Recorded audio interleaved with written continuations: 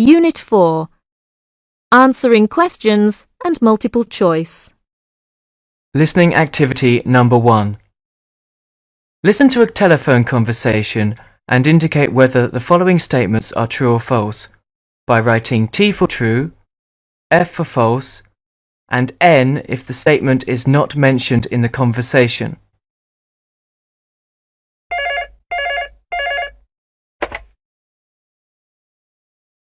Operator, can I help you?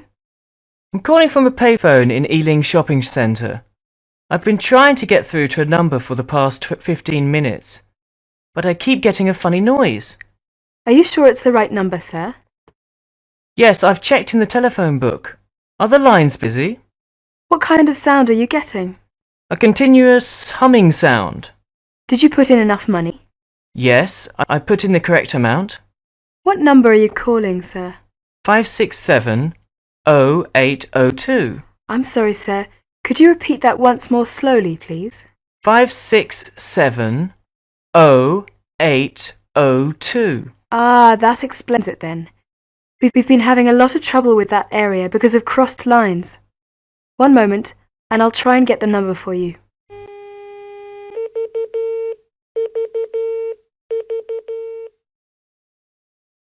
I'm just trying to connect you, sir.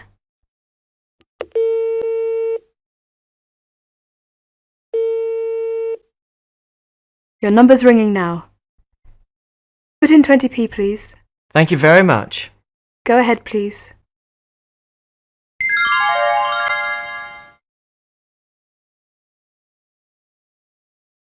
Listening activity number 2. You are going to hear some announcements. As you listen, answer the questions below. Ladies and gentlemen, if I could have your attention for a moment, please. I have the final notices for this final session of the conference. Now, first of all, I'd like to mention that the cross-cultural session has been very popular, so we're moving the final discussion to room 203. That's room 203, which means that the grammar session will be changed from room 203 to room 302. That's the grammar session in room 302. I hope everybody's got that. Now I have a notice here that you must return your keys to the reception desk before you leave. Thank you. Turning now to your discussion records, I would like to see you return them to the session chair people by 4 o'clock this afternoon. That's 1600 hours. Thank you.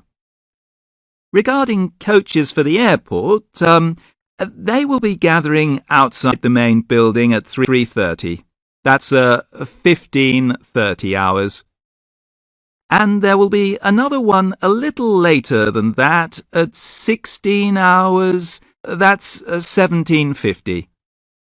And 5:15. I'd like to ask you all to be there, ready for the buses, at least 5 minutes before the departure times, so we can all leave promptly and everybody will get home on time. Thank you.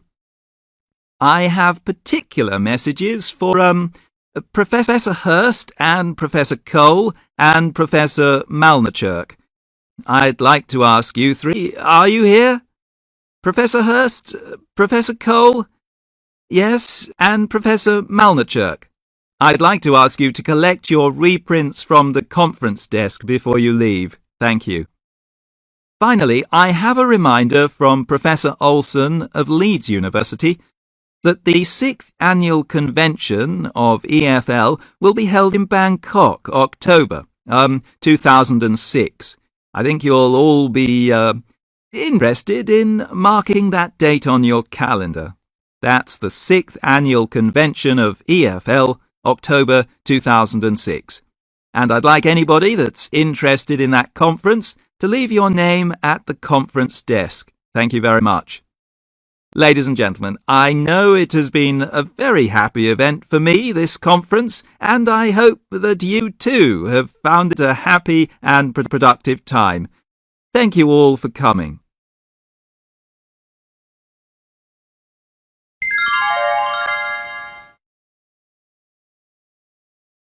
Listening activity number 3. Listen to a conversation carefully and answer the questions. There's a letter here for you, Mum. Thanks, Jane. Oh no, not another telephone bill. I hope it's not as much as last time.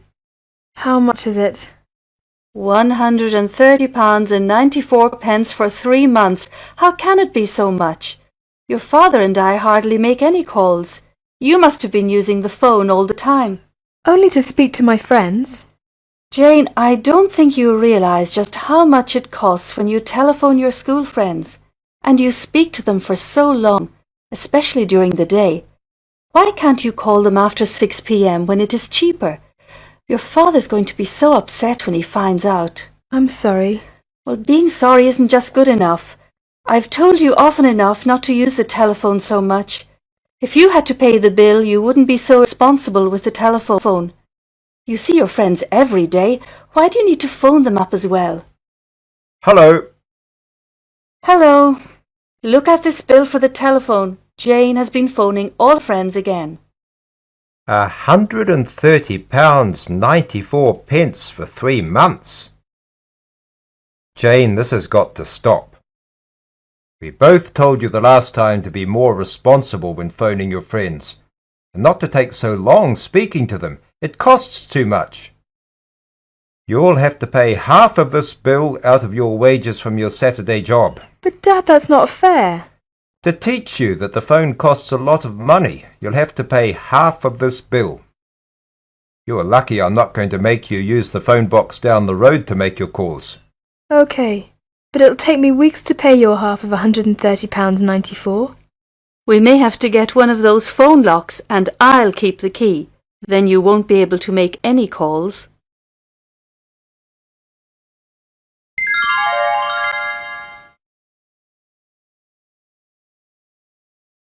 Listening activity number 4. You're going to hear a talk about underground tickets in London. Look at questions 1 to 8. Now listen to the talk and answer questions 1 to 8. Underground tickets are available at all underground stations. Ticket prices for the underground vary according to distance you travel. The network is divided into 5 zones, a central zone and 4 outer zones. Generally, your fare will increase the more zones you travel through. You must buy your ticket before you start your journey from a ticket office or machine. Keep your ticket for inspection and collection at your destination. The easiest and most economical way to travel around London is with a travel card. This gives you the freedom of London's trains, tubes, and buses in whichever zones you choose. It's perfect for the visitor because one ticket combines travel on the trains of Networth South East with the Underground, Dockland Light Railway, and most of London's buses. It's more convenient than buying separate tickets for each journey. Travel cards are available from any train or tube station. A one-day travel card is ideal for day shopping, sightseeing, and all tourist trips in London. You can travel anywhere you'd like within the vast 650 square mile travel card area. No need to keep queuing for tickets or carry a pocket full of change for ticket machines. Just use whatever form of transport suits you best, any combination of trips. One-day travel cards can be bought from staffed train or tube stations after 9:30 a.m. at weekdays and any time at weekends. Travel card season tickets include 7-day, monthly and annual tickets. This is the modern, convenient and flexible ticket for your daily journey to work. For travel card season tickets, please bring a passport-size photograph with you. Smoking is not allowed anywhere on the Underground. Smoking is permitted, however, on the back of upper deck of buses.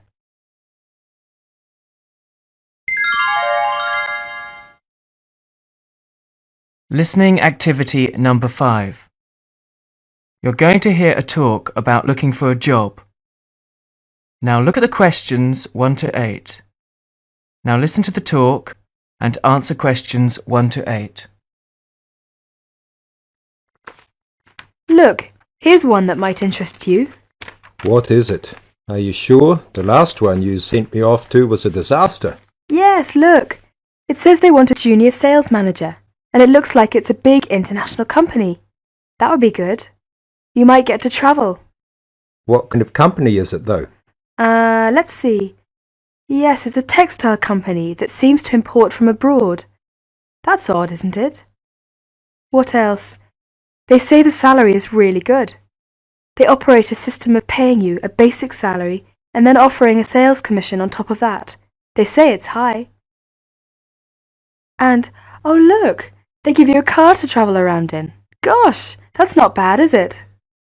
Do they say anything about experience? Let's see. No, they want someone young with ambition and enthusiasm. Oh, yes, they want graduates. So that's okay. You've been to university. Now, what else? Let's see. There must be some catch. No, the only thing is that you have to travel. But then that's what the company car's for. Oh, and you have to be able to get on well with other people, because it says you have to be good on a team.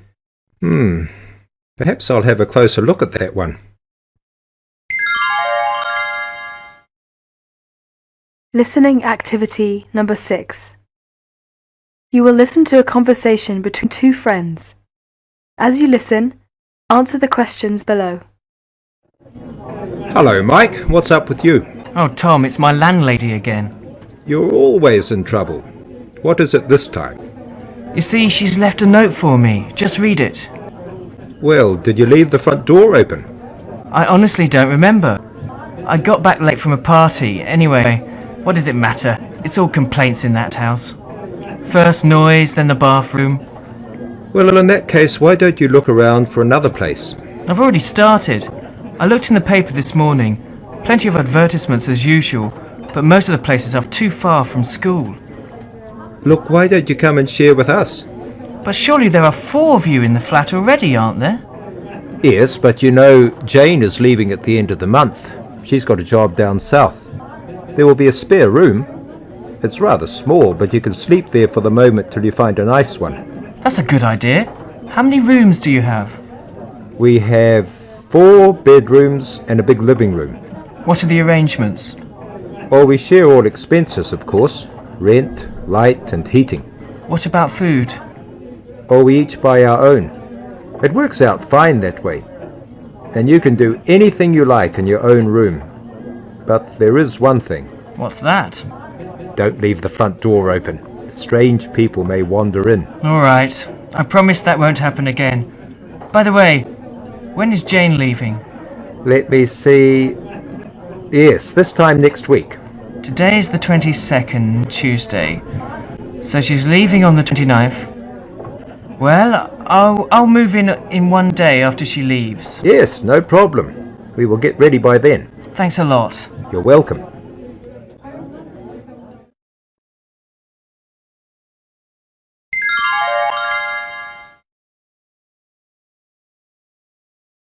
Listening activity number 7.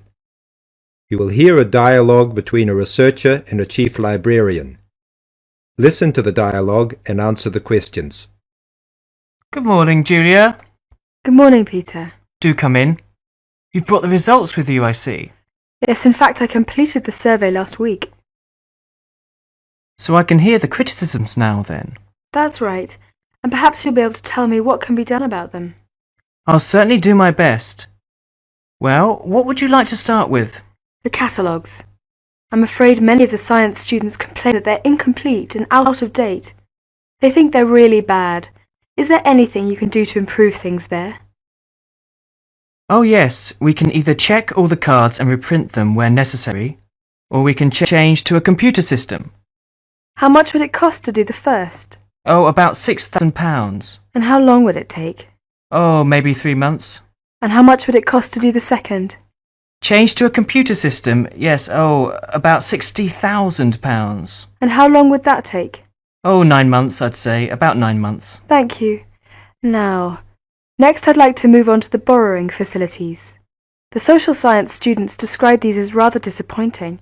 They complained that they were only allowed to borrow 3 books. Most of them felt they ought to be able to borrow more books, perhaps 5 or 6 for undergraduates, and up to 10 for graduates. That may be possible. Also, they'd like to be able to keep the books for a longer period, say 3 weeks instead of the present 2. That also sounds reasonable. I'll see what I can do.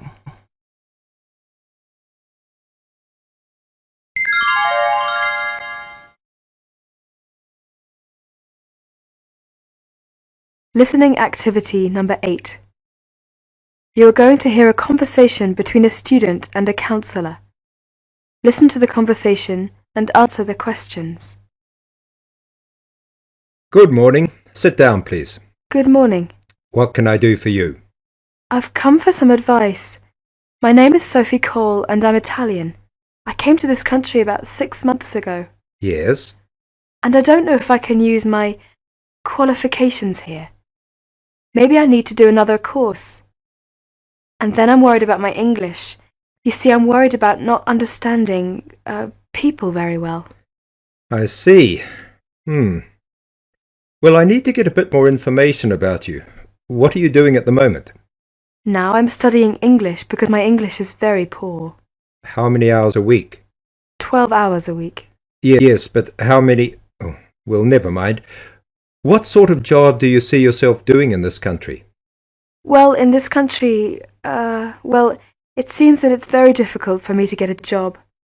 They want experience in this country, and I haven't got any. My qualifications may not be accepted here, and with all the unemployment and everything, I'm really worried. Yes, but what kind of work do you want to do? I'm a civil engineer, but that's not the problem. If I have a degree, I can work for myself. Do you have any engineering qualifications? Yes, I studied civil engineering at the university in Rome. Oh, when was that? About 3 years ago. And then, what did you do? I mean, did you have any work experience in your own country? Oh, yes. I worked for a big company for about 2 years after the university. Now, I would like to get a master's degree in this country. But first I need to study more English. Yes, I think you are quite right. First, you need to improve your English. Then you could start looking for a university and apply for the degree in engineering for next year. Have you enrolled in our intensive English courses? Yes. I suggest you study English for another 6 months, then take the IELTS test. This test will check how well your English is, and the score will be accepted by all the universities in UK. Here is the IELTS test booklet. You can get more details about this test. That's a great help. Thank you very much. You're welcome.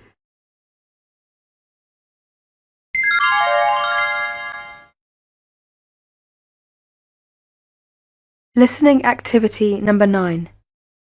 You are going to hear a talk about the services in Ealing College. Look at questions 1 to 10. Now listen to the first part of the talk and answer questions 1 to 10. Welcome to Ealing College of Higher Education. Today I'll talk about student services at the college. All student services are to be found in the North Building. Social life and some of the welfare services are run by the Student Union, of which all students are automatically members.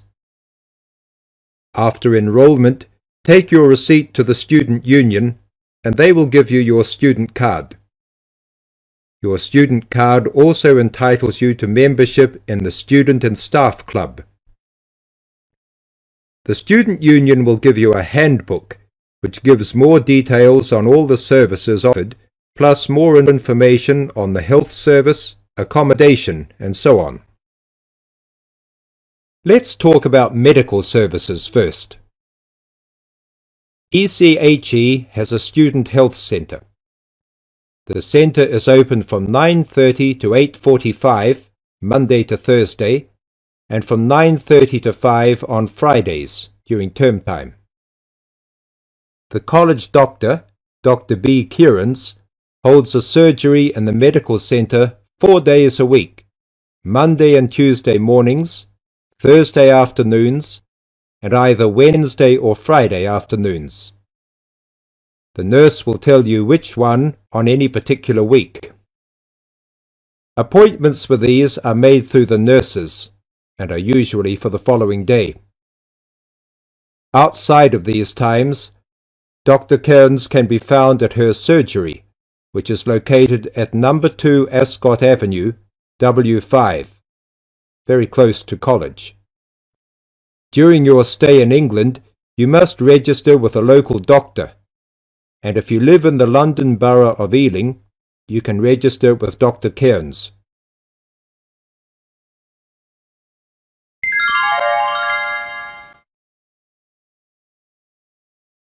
Listening activity number 10. You will hear the last part of the talk about the services in the college. Now look at questions 1 to 10. Now listen to the rest of the talk and answer questions 1 to 10. Last time I talked about the student services in the college. Today I'd like to talk about the counselling services. The college counselling service is located in the North Building. The counsellors are Miss Penny Rawson and Miss Ann David. I've asked Ms. Rawson to join us today to discuss their role. Ms. Rawson. Thank you. Both Anne and I are full-time counsellors.